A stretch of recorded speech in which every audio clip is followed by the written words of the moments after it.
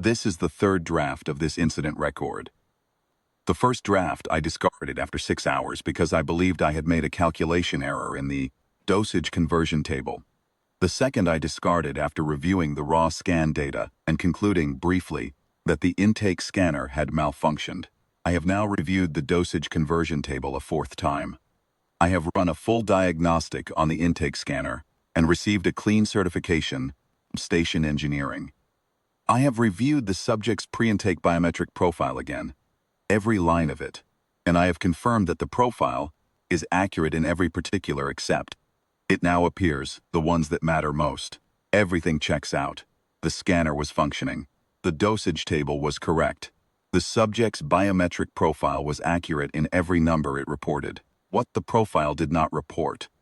What no profile in my 11-year tenure at this station has ever reported, because there was no reason to expect it.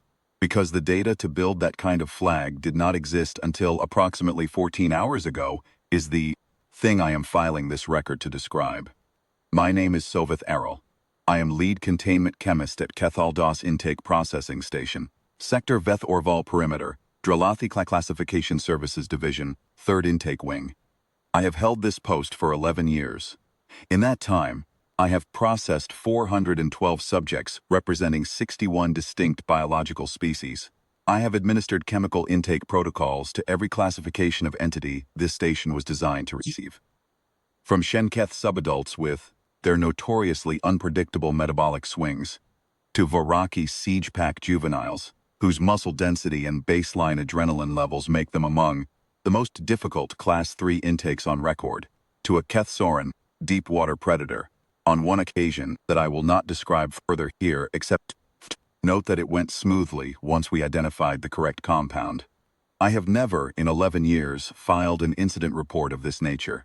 I have also never revised an incident report twice before submitting it.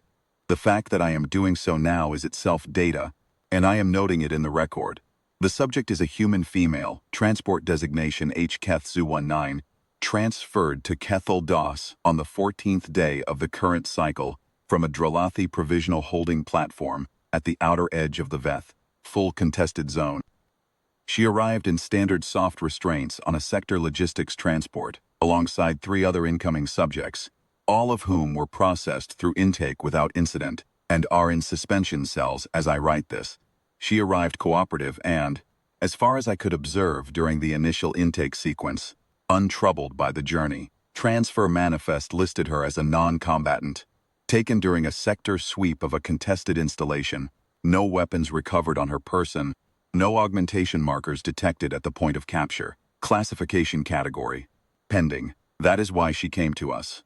Classification is what we do here. I want to note something about the word cooperative as I used it in the previous paragraph. The classification board will read it, and I want them to understand exactly what I mean. Subjects arrive at Kethal Das across a wide range of behavioral presentations. Some are frightened and show it. Some are frightened and attempt to suppress it, which produces a distinctive kind of stillness, a held quality that I recognize immediately after years of reading intake body language. Some are angry. Some are resigned. Some are, in the case of certain non-sapient or minimally sapient Class 4 entities, simply present in the way that animals are present, without any particular internal narrative about the situation. This subject was cooperative in none of those registers. She was cooperative in the way that a person is cooperative when they have thought about the situation they are in and decided that cooperation is the reasonable choice, not because they are afraid or resigned, but because they have assessed the options and concluded that it makes sense. This is a subtle distinction, and I am probably over-documenting it for a containment chemistry report, but I am a scientist, and the behavioral context strikes me as relevant to understanding the pharmacological data, and I am including it. She came through the door of the processing bay, walked to the intake bench without being directed. She seemed to know where it was. Intake benches tend to have an obvious purpose, and sat down. She looked at the ceiling. Kethal Das uses a bank of blue-white overhead panel lights in the processing bay because that spectrum interferes least with the scanners. Calibration readings. She looked at them for a moment, and then asked, in a tone of genuine mild curiosity, whether the lights were always that color, or whether they were set that way for a specific procedure. She said she found it interesting. Not beautiful, not alarming, interesting. The way a person in a waiting room might ask about a piece of equipment on the wall.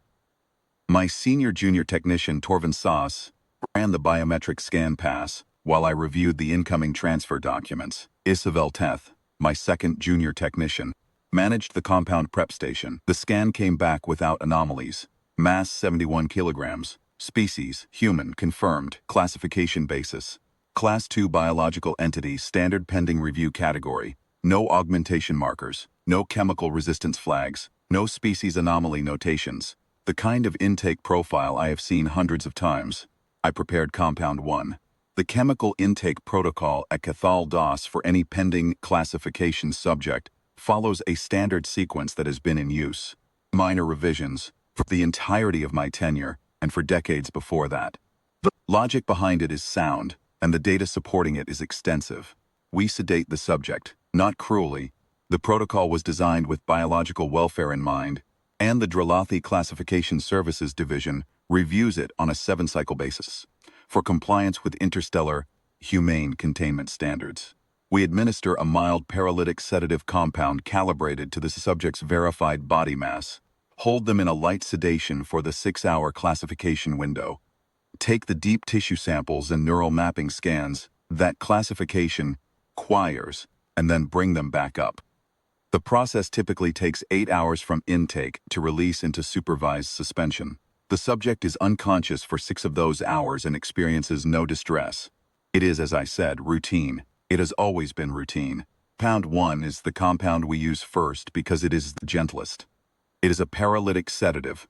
It means it targets 2 systems simultaneously: voluntary muscle function and the conscious neural response, producing a combined sedation that does not stress the cardiovascular system, does not cause respiratory depression at normal doses, and does not produce any post-sedation disorientation in species whose neurological architecture falls within the standard sapient range. It is, in plain terms, a well-designed compound.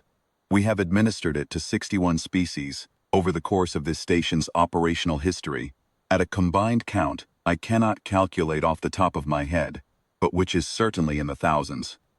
And it has never failed to achieve sedation within the target window. The minimum effective concentration for a human subject of 71 kilograms is a dosage I calculated from the standard conversion tables, cross-referenced with the human physiological data in the classification services database. Human physiological data in our database is limited. We have processed only a handful of human subjects at Cathal DOS, specifically. But the conversion table methodology is validated across species ranging from 40 to 400 kilograms and has been tested against every biological class in our intake history. The calculated dose was conservative. It was, if anything, slightly above the minimum effective concentration for the subject's mass, which is standard practice when the species file is thin. I administered Compound 1 at the standard minimum effective concentration for the subject's verified mass. I noted the time in the log. I initiated the monitoring sequence. The scan panel in the processing bay displays, in real time, the subject's circulatory panel, compound concentration in the bloodstream, metabolic activity indicators, neural response baseline, cardiovascular function, and I watched all 4 while I waited. The predicted sedation onset marker for a subject of this mass and species profile, according to the table, was between 4 and 9 minutes post-administration. This is a generous window. For most Class 2 subjects, onset occurs between 3 and 6 minutes, but we build in margin. At 4 minutes, the neural response baseline on the scan panel was unchanged. 6 minutes, it was unchanged. At 9 minutes, the edge of the predicted window. The subject turned her head and looked at me.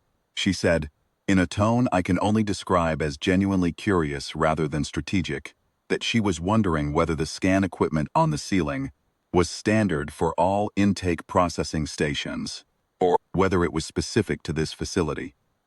She said she was asking because the sensor array arrangement looked like something she had encountered in a technical document once, but she could no longer recall the specifics, and she was curious whether The resolution at this range was sufficient for the kind of deep tissue imaging she imagined the process probably required.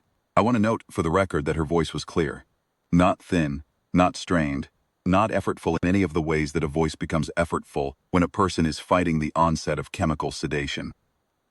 Clear, unhurried. The voice of a person asking a question they are actually interested in. I did not answer her question. I checked the circulatory panel. The compound concentration in her bloodstream was at the expected level. The compound had been delivered correctly, absorbed correctly, and was present at the correct concentration. The compound was there. The compound was simply not doing what compounds do when they are there. 12 minutes. The sedation window had closed. The scan panel's sedation onset marker had not moved. I noted this in the log under the heading Compound 1. Onset not achieved within target window. I told Torvin Sauce that I was going to administer a supplementary dose, and I saw the look he gave the panel before he gave me a neutral nod, and I noted that look as well, internally, without comment. The supplementary dose, per protocol, is administered at 1.5 times the minimum effective concentration. This is a standard escalation step. It exists in the protocol because some subjects metabolize the initial dose faster than the table predicts, particularly in species with high baseline metabolic rates, or in subjects who are in a state of physiological arousal at the time of administration. It is not an unusual escalation. I have administered supplementary doses before, in my 11 years. They have always worked. Paired and administered the supplementary dose. The subject watched me do it. She did not look away. She looked at the injector with the expression. And I am going to try to describe this, precisely because I think the description carries clinical weight, of a person who is watching a piece of equipment operate and is curious about its mechanism, not frightened, not performing composure over fear. The interest was surface level, the way interest is when you notice something without it particularly touching you. She did not flinch when I administered the dose. She held her arm still the way a person holds their arm still for a routine injection, which is to say without effort, because there is nothing to resist against. I initiated the supplementary monitoring sequence. 6 minutes, 2 minutes, there was no change in the sedation onset marker. At 4 minutes, Torvin Sauce ran a secondary scan verification at my request, because I was aware that the monitoring equipment in Bay 3 had developed calibration drift once before, several cycles ago, and I wanted the secondary confirmation. He ran it. He brought me the secondary readout.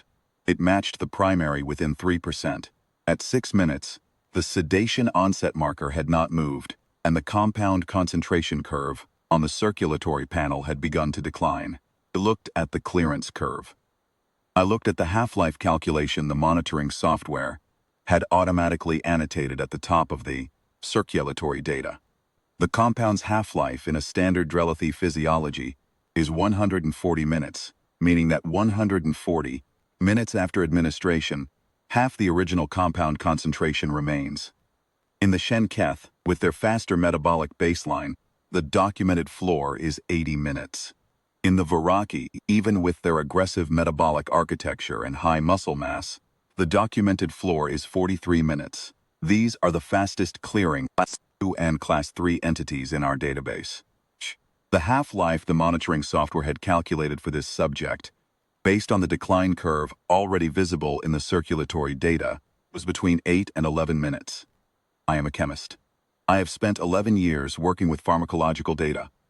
I know what numbers mean, and I know what it feels like when numbers mean something you do not want them to mean.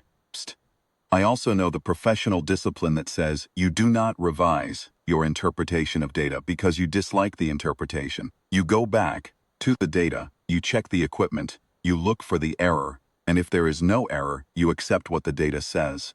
I told Torvin Sauce to log the supplementary dose administration as ineffective and to note the clearance half-life value in the record. He noted it. He was careful and professional about it. He did not say anything. Isabel Teth, at the compound prep station, had the good instinct not to say anything either. I moved to Compound 2. Compound 2 is not a gentle compound, and I want to be precise about this distinction because it is relevant to everything that follows. Compound 1 targets voluntary muscle function and the conscious neural response. It is, in a meaningful sense, working on the subject's experience of being present. Compound 2 is different. Compound 2 is a metabolic suppressant. It does not target the neural response at all. It targets the body's baseline metabolic rate, interfering with cellular energy production broadly enough to produce deep unconsciousness, regardless of the subject's neural architecture.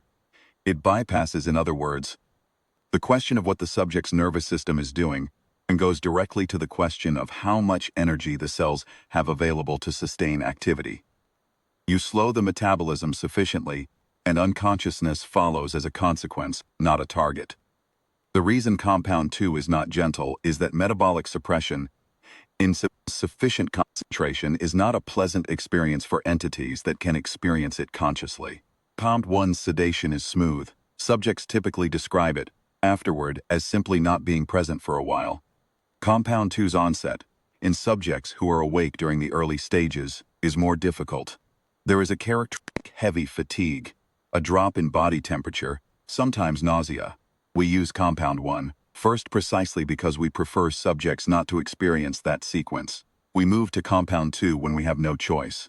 I prepared compound 2 at the standard class 3 dosage, the class 3 category because the failure, compound 1 at escalated dose, suggested I was dealing with a metabolism that outpaced the standard class 2 range. This was my first upward reclassification in this sequence, and I want to note it, because I will make several more before this record is finished.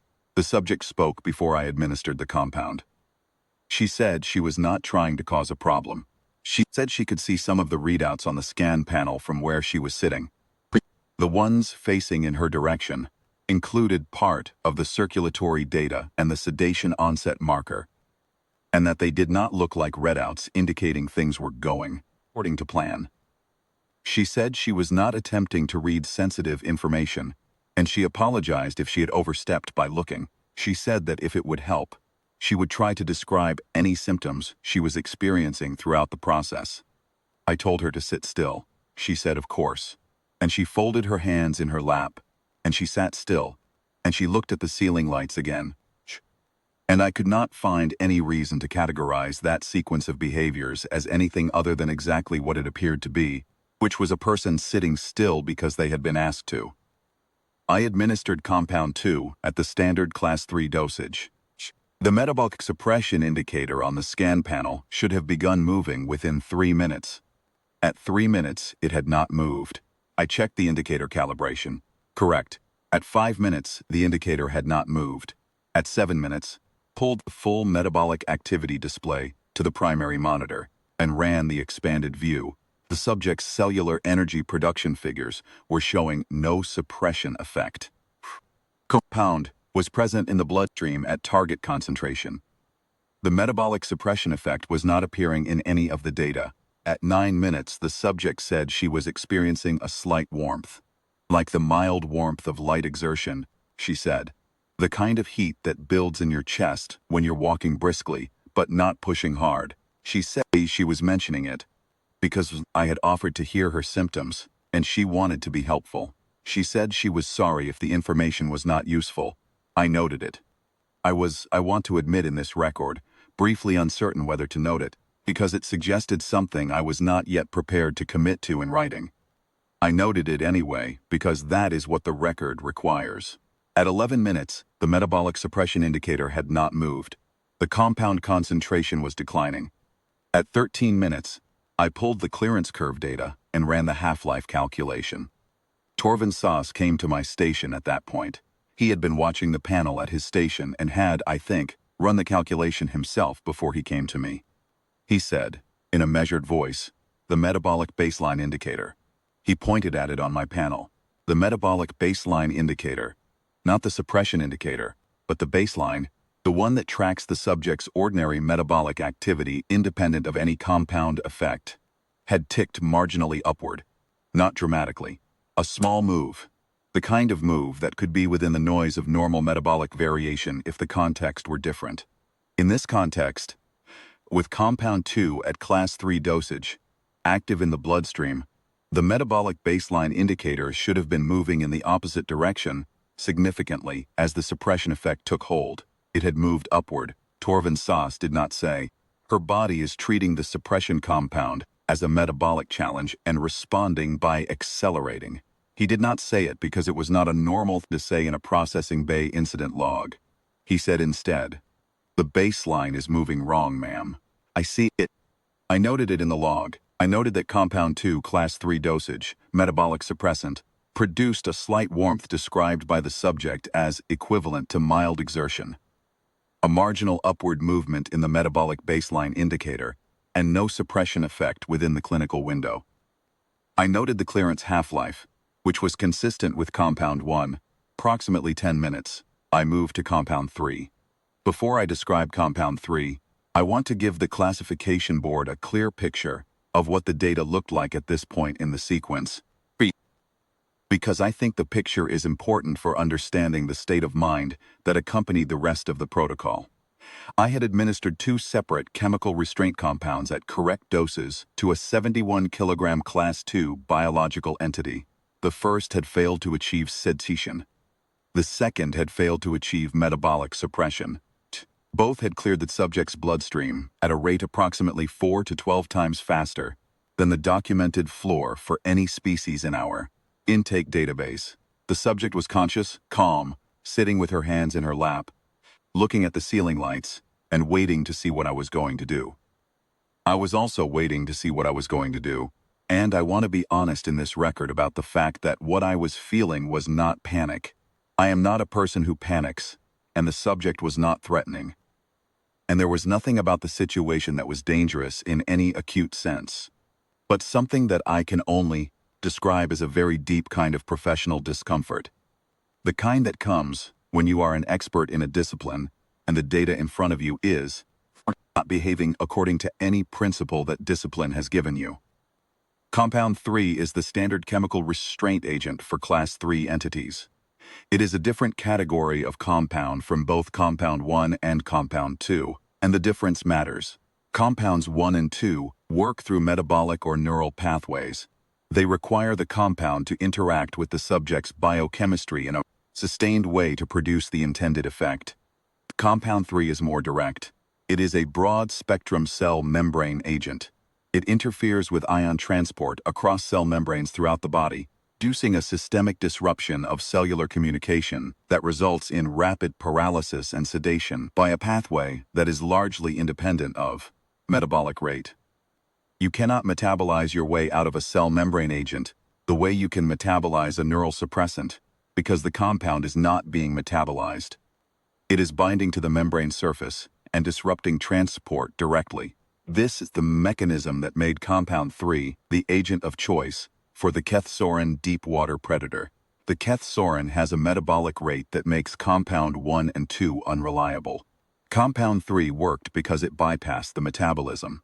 We administered it at 1.8 times standard dosage and achieved full sedation in 11 minutes. The kethsorin is the most chemically resistant standard intake entity in our database, or was, prior to this incident. I administered compound 3 to the human subject at the standard class 3 dose. For a 71 kilogram subject, this represented a concentration approximately 4.3 times greater per kilogram of body mass than the dose I had administered to the kethsorin at its maximum documented weight. 4.3 times the mass-adjusted equivalent of a dose that sedated the most chemically resistant entity in our database. At 3 minutes, the cell membrane disruption indicator on the scan panel showed a small initial perturbation, an uptick, the kind of signal I have seen in the first moments of successful compound 3 administrations, the beginning of the cascade that leads to sedation. At 4 minutes, the perturbation had flattened. At 6 minutes, the scan panel showed the subject's cellular membrane transport activity as normal. At 8 minutes, Torvin Sauce was standing at my station again without having been asked. He was looking at the panel. He did not say anything, because there was nothing professional to say. He looked at the perturbation data, the small initial uptick, and then the line going flat, and then the baseline resuming. And then he looked at me and I looked at him, and we shared the particular silence of 2 people who have just watched the same thing and neither of them knows what to say about it. The subject said she could feel a tingling in her hands. "Pins and needles," she said. The way your hands feel when you have held a position for too long and the circulation is coming back. She said it had started at about 3 minutes and had mostly resolved by minute 5. She said she hoped that was informative. I noted it. Isabel Teth, at his station, had the data from all 3 compounds displayed side by this point. He had not been asked to do this. He had done it on his own initiative. Because it is what a careful junior technician does when a pattern is forming, and he wants to understand the shape of it. He pulled the display to face me and said quietly that the clearance curves for all 3 compounds appeared to be running at roughly similar rates. He asked whether I thought that was the cell membrane binding, explaining the slight variation in the compound 3 figure, or whether it was something else. I told him I thought we should move to compound 4. He said, "Yes, ma'am," and went back to his station. I want to describe my reasoning before I describe what compound 4 is, because I think the reasoning is professionally relevant and the board should understand it. By this point in the sequence, I had a working hypothesis. I will state it plainly. The subject's body was clearing these compounds through some metabolic or physiological process our standard intake database did not account for. The human biological profile in our system is, as I noted, based on limited sample data. I did not know before this incident whether humans had unusual metabolic architecture in the detoxification pathways. I was developing a provisional answer in real time, and the provisional answer was, yes, significantly. The cell membrane perturbation that appeared briefly with compound 3 and then resolved suggested that the mechanism was not purely metabolic. The cell membrane agent had reached its target, had begun its effect, and had then been neutralized somehow.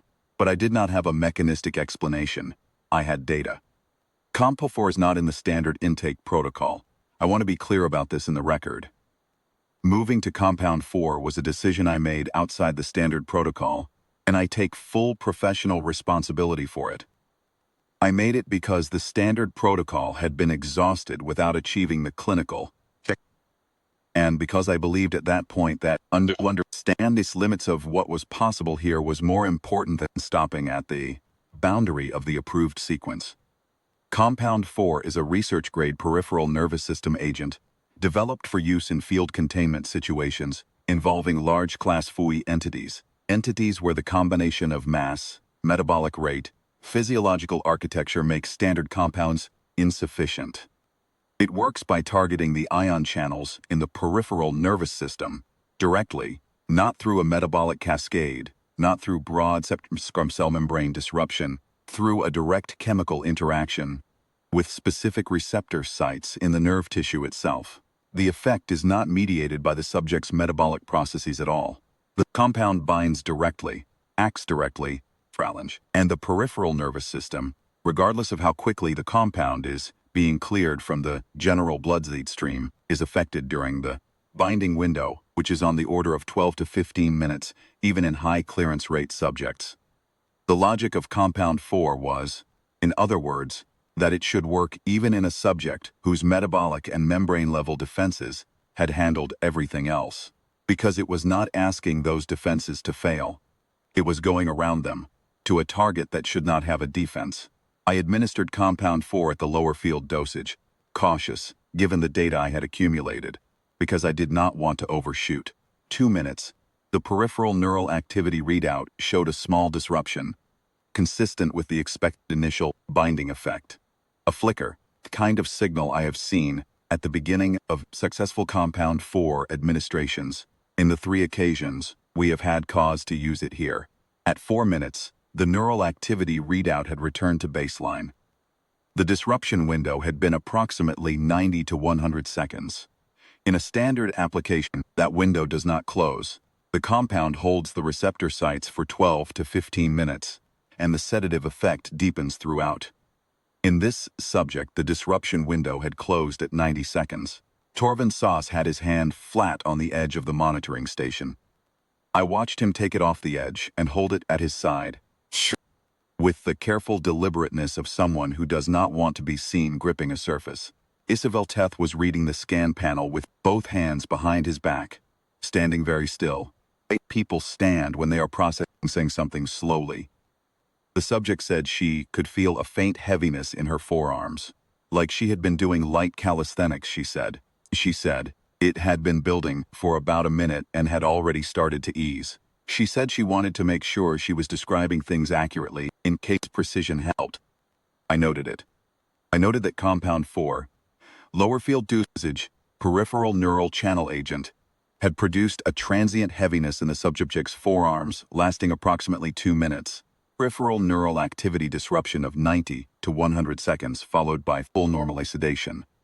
And no clinical sedation. Then, I sat with the data for a long time. The data showed something I did not have a ready pharmacological category for. The compound had reached the peripheral neural channels. I could see that in the disruption signal. The compound had not been metabolized before reaching them. The clearance data confirmed that. The binding event had occurred. And then, at somewhere around 90 seconds, the binding had apparently been reversed. The receptor sites had resumed normal function. Peripheral neural activity normalized as though the disruption were a brief artifact, rather than the sustained chemical intervention it was designed to be. A compound does not simply unbind from a receptor site because the subject's body would prefer it to. That is not how pharmacology works. And yet the data showed exactly that. A binding event, followed by normalization, with a timeline that I could not explain using any mechanism in the standard literature. I want to be careful about how I characterize what followed, because I am aware that incident records which describe the author's emotional state can be read as less credible by review boards that prefer clinical detachment. I am including it anyway because I think it is honest and relevant. What I felt, sitting at that monitoring looking at 4 consecutive compound failures, and trying to build a pharmacological model that explained them, was not panic and was not fear and was not awe in the dramatic sense of that word. It was the specific discomfort of a competent professional confronting data that her competence does not equip her to interpret. I have spent 11 years building expertise in containment chemistry. I know these compounds the way a person knows any tool they have used daily. Over a decade, I know their mechanisms, their failure modes, their behavioral edge cases, their margins. I know how they interact with different metabolic architectures, how they perform across a range of body masses, onset time or clearance rate are within normal range, and what represent genuine anomalies. That knowledge has served me well. It has served every subject who has come through this station because applied carefully tends to produce good outcomes and expertise. Applied sloppily tends to produce problems. And I have tried to be careful. The data I was looking at did not fit within any model that expertise had given me. Not in a way I could patch with one more calculation. Not in a way that would resolve if I ran the numbers again. The data was what it was, and what it was this. A 71-kilogram biological entity that had cleared 4 chemical restraint compounds across 3 distinct mechanistic categories: metabolic, cell membrane, and direct neural binding, at clearance rates between 3 and 30 times faster than the documented floor for any comparable species, while remaining conscious, functional, and cooperative throughout, and was now sitting on an intake bench, making small paper shapes and waiting to see what I would do. I am noting this in the record and flagging the compound 4 neural response data for neurological review as attachment D. I am not speculating about mechanism because I do not have the data to speculate responsibly. I am noting what I observed. The compound arrived. The compound appeared to take hold briefly, and then the effect resolved, and the subject reported the resolution as minor and transient, and the peripheral nervous system resumed baseline function. What I will note, as an additional observation for the neurological reviewers, is a detail that I am uncertain how to interpret but feel obligated to include. The subject described the compound 4 effect as lasting approximately 2 minutes from onset to full resolution. The scan data shows the peripheral neural disruption lasting approximately 90 to 100 seconds. These figures are broadly consistent. The subject's description of the onset, the heaviness, the particular quality of it, was precise in a way that I associate with familiarity, not the imprecision of a person who is noticing something strange and reaching for words, but the relative precision of a person who is noticing something and matching it to an internal reference. I am not drawing a conclusion from this. I am noting it because I think the neurological reviewers should have every available data point, including ones that come from the subject's self-report, rather than the instrument panel. I called Station Commander Veth Oran at this point. I called him because I had moved outside the standard protocol, and because the data I was looking at no longer felt like a processing bay matter. It felt like something that needed a second opinion with more institutional weight than I carry. And because I suspected, and was correct, that what came next would also benefit from having a commanding authority present and on record. Commander Oran arrived 14 minutes later. He came through the bay door and looked at the subject, who was, at that moment, doing something with a small piece of paper she had produced from somewhere in her transfer coverall, folding it in a methodical way I did not recognize, making something. He looked at the scan panel. Isabel Teth had arranged all 4 compound administration logs, side by side for clarity. He looked at the clearance curves. He looked at the 4 half-life annotations that Torvin Saas had logged across the sequence, each one running at roughly 10 to 13 minutes for compounds, whose documented clearance floors in other species run from 40 minutes to over 4 hours. He looked at me. I will note, before I describe the conversation that followed, that Station Commander Oran is not a person I would characterize as easily rattled. He has commanded this station for 4 cycles. He has overseen every significant incident in that period, including the Kethsoran intake and 2 Class 4 containment situations that required the full station emergency protocol. He is deliberate, he is experienced, and in my 11 years at this post I have never seen him visibly uncertain about a course of action. I am noting this because the quality of attention he brought to the scan panel, the particular careful stillness of it, the way he moved through the data methodically, rather than scanning, was different from his usual manner, and I think it is relevant context for the instructions he subsequently issued. I told him everything I have described in this record from the beginning of intake through the Compound 4 results. He was quiet for a long time after I finished. He did not look at the subject while I was speaking. After I finished, he looked at her again. She had not looked up from the paper folding. She appeared, as she had appeared, since the moment she walked into the bay, unbothered. He said, "Does she know what we've been giving her?" I said. "She knows something is not proceeding as I expected." She said so directly. "She has been describing her symptoms throughout." He said, "And what does she think about that?" I said, "She apologized for the inconvenience." He was quiet again. He looked at the panel. He looked at the 4 clearance curves, each one impossibly steep, each one consistent with a metabolism processing pharmacological compounds at a rate that had no precedent in this station's history. He looked at the sedation onset marker, which had not moved from its starting position across the full 6 hours of the classification window. He said, "We need to complete classification." "Classification requires sedation," I said. "I understand that." He said, "What is left in the inventory?" I told him about Compound 5. Compound 5 is the terminal option at Cathal DOS, and I want to describe it accurately, because the board will need to understand what I was considering administering, and why the decision required careful thought. Compounds 1 through 4 represent the sedative, paralytic, and metabolic suppression categories. Compound 5 is different in kind, not just in degree. Compound 5 is a full metabolic arrest agent. In sufficient concentration, it brings all non-essential metabolic processes to a halt simultaneously: cellular energy production, circulatory regulation, neural maintenance. Producing a state that is not sedation in the clinical sense, but something closer to controlled biological suspension. The subject is not sedated. The subject's biological systems are, essentially, paused. We use Compound 5 only when no other option is available, because the recovery window requires sustained monitoring. The dosing tolerance is narrow, and the compound interacts badly with certain rare physiological configurations in ways we have only discovered after the fact. It is on the approved inventory at Cathal DOS, because there have been 3 incidents in the station's operational history where it was the only option. 2 of those incidents involved Class 4V entities that had partially cleared chemical sedation and were becoming dangerous. One involved a Viraki subject in a metabolic crisis who could only be stabilized via temporary arrest. All three outcomes were managed successfully. Commander Oran asked what my clinical concern was about administering it to this subject. I told him the following. Compound 5 therapeutic window is narrow because it assumes predictable pharmacokinetics.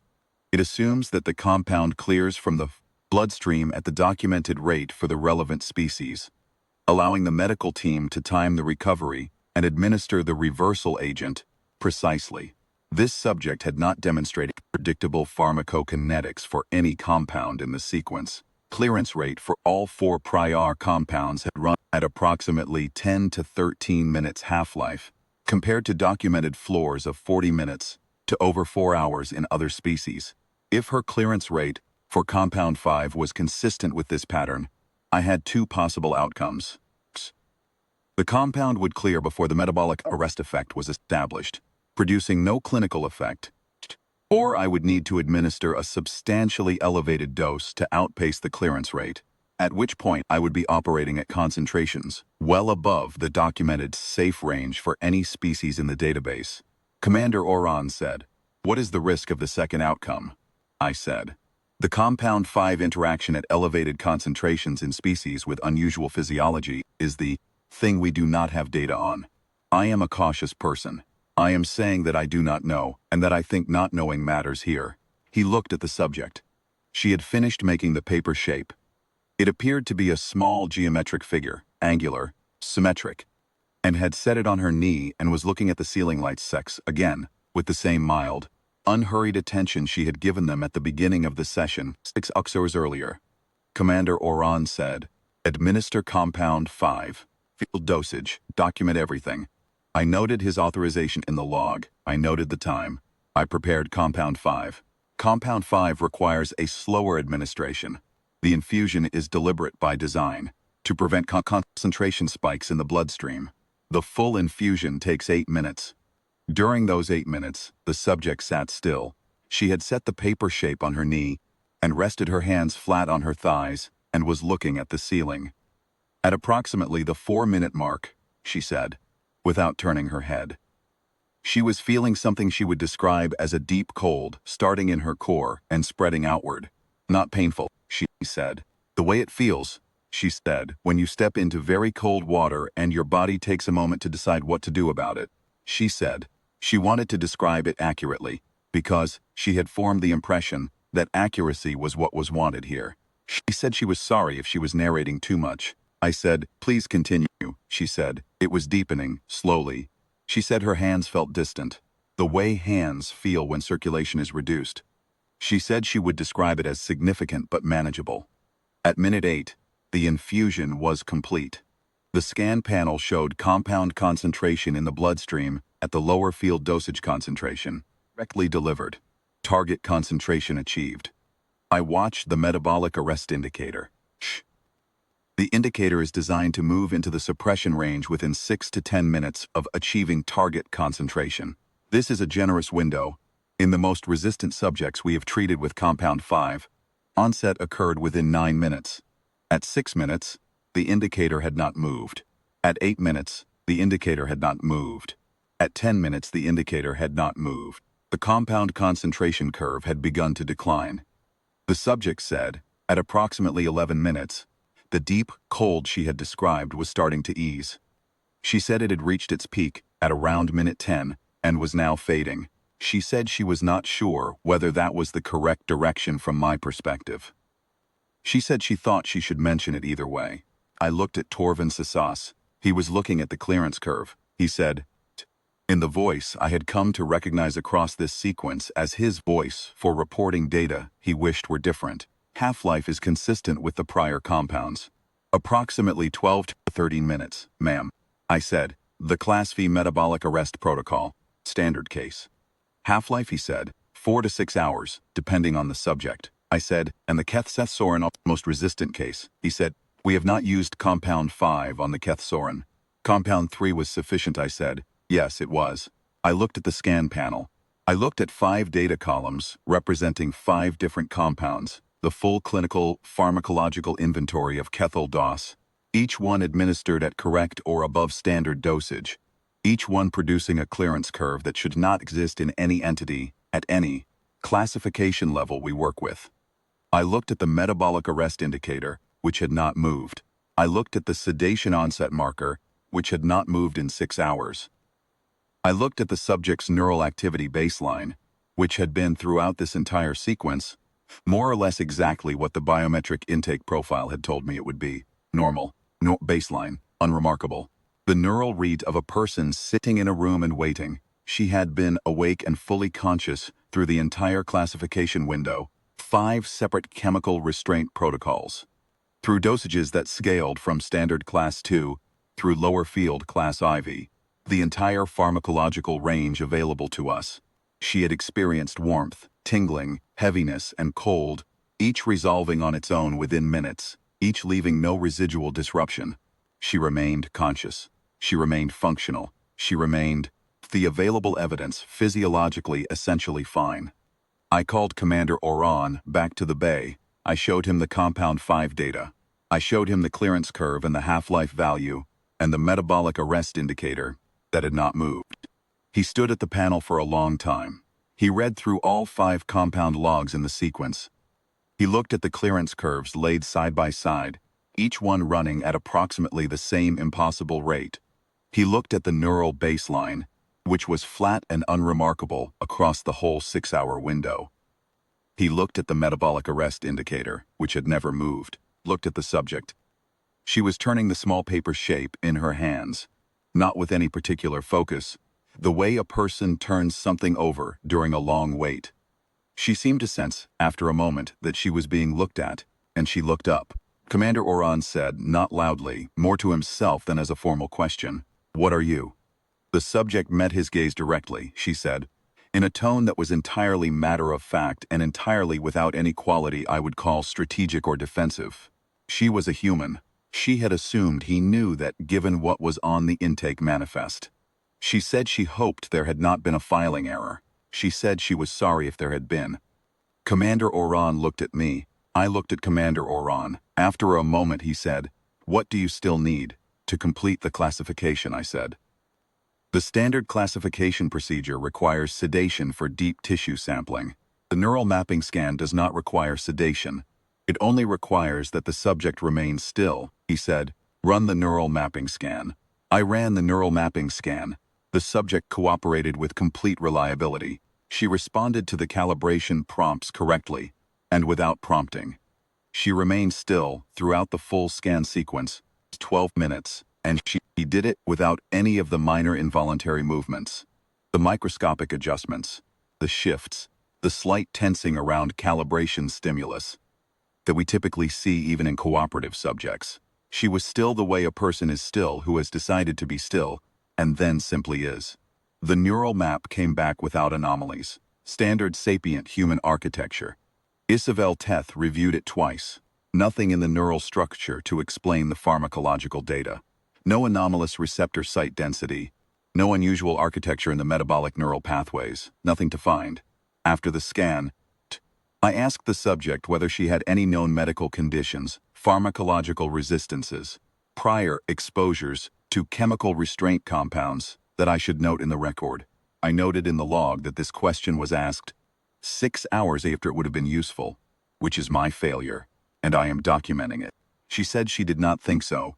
She said she had received anesthetic once, for a minor surgical procedure, and as far as she could tell it, had worked normally. She said she was not aware of any particular sensitivities.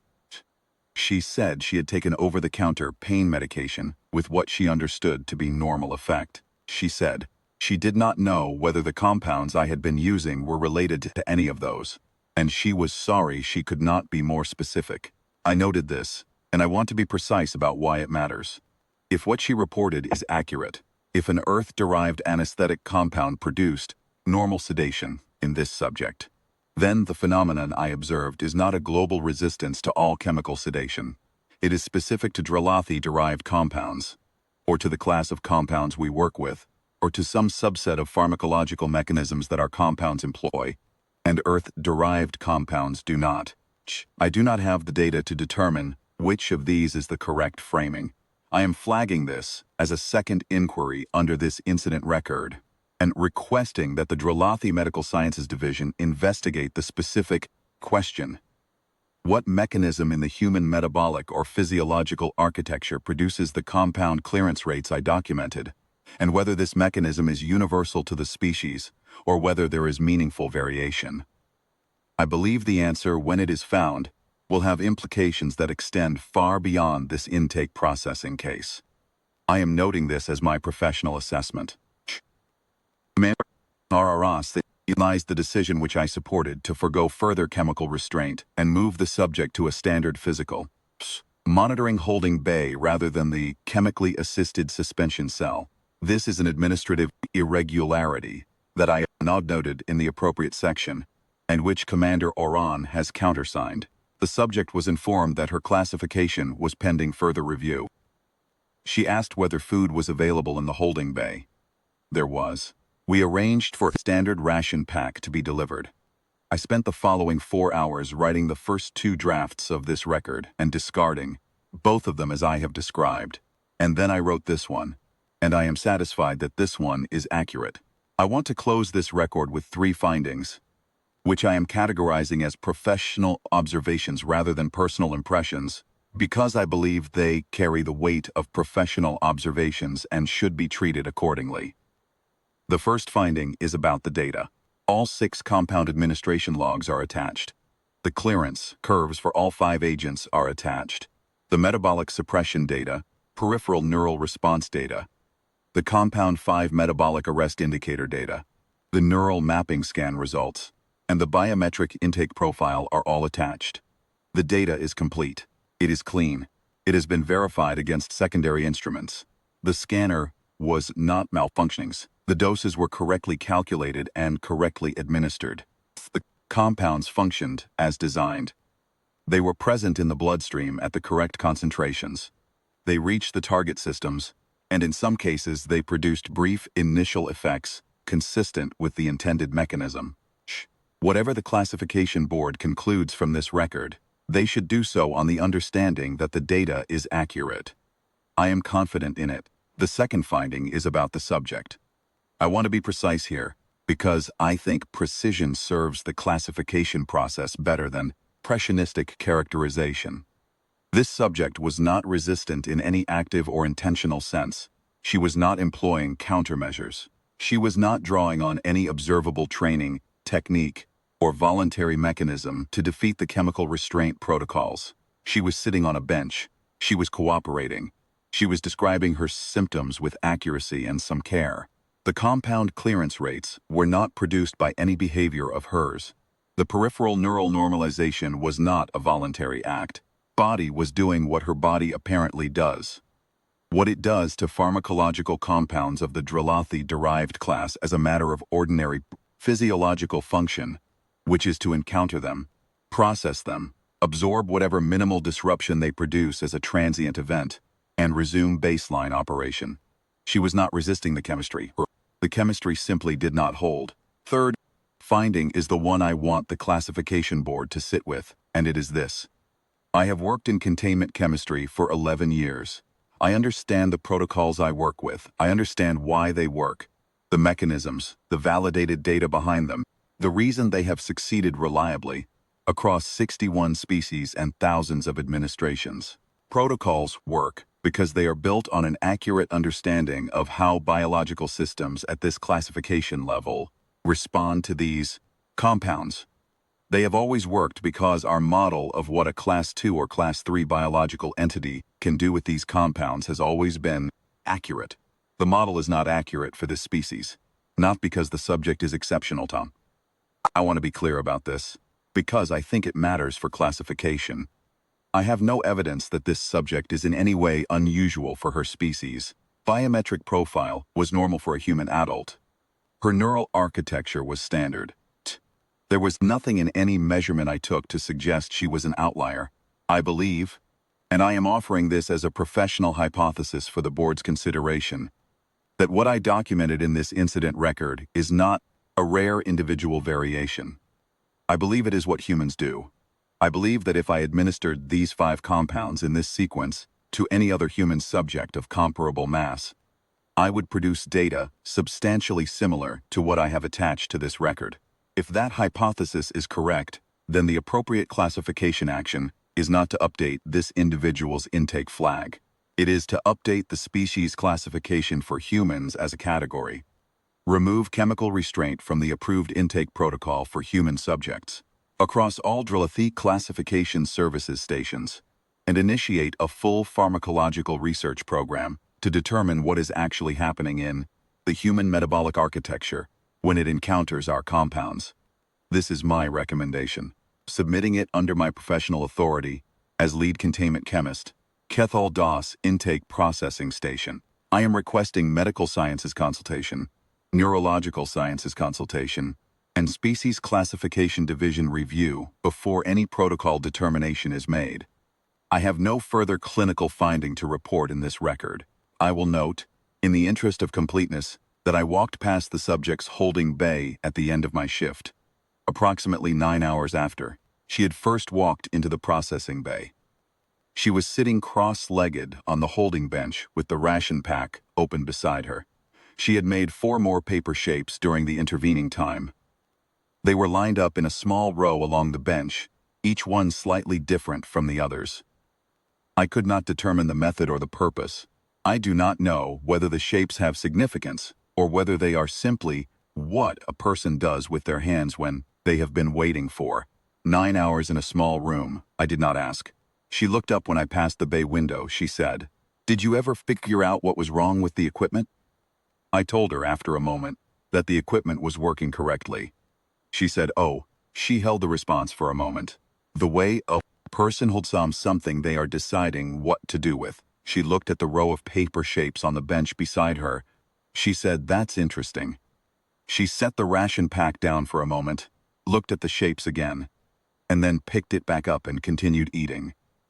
I noted this in the preliminary addendum of this record, which is attached as Appendix E. My recommendation stands. This is Sovith Arel, lead containment chemist, Kethal Das Intake Processing Station, Intake Wing, Sector Vethorval Perimeter, Drillithy Classification Services Division. This record is submitted for board review. Classification status, unresolved. Chemical restraint protocol, suspended pending review. Subject status, holding bay 7, cooperative, eating. That is all I have.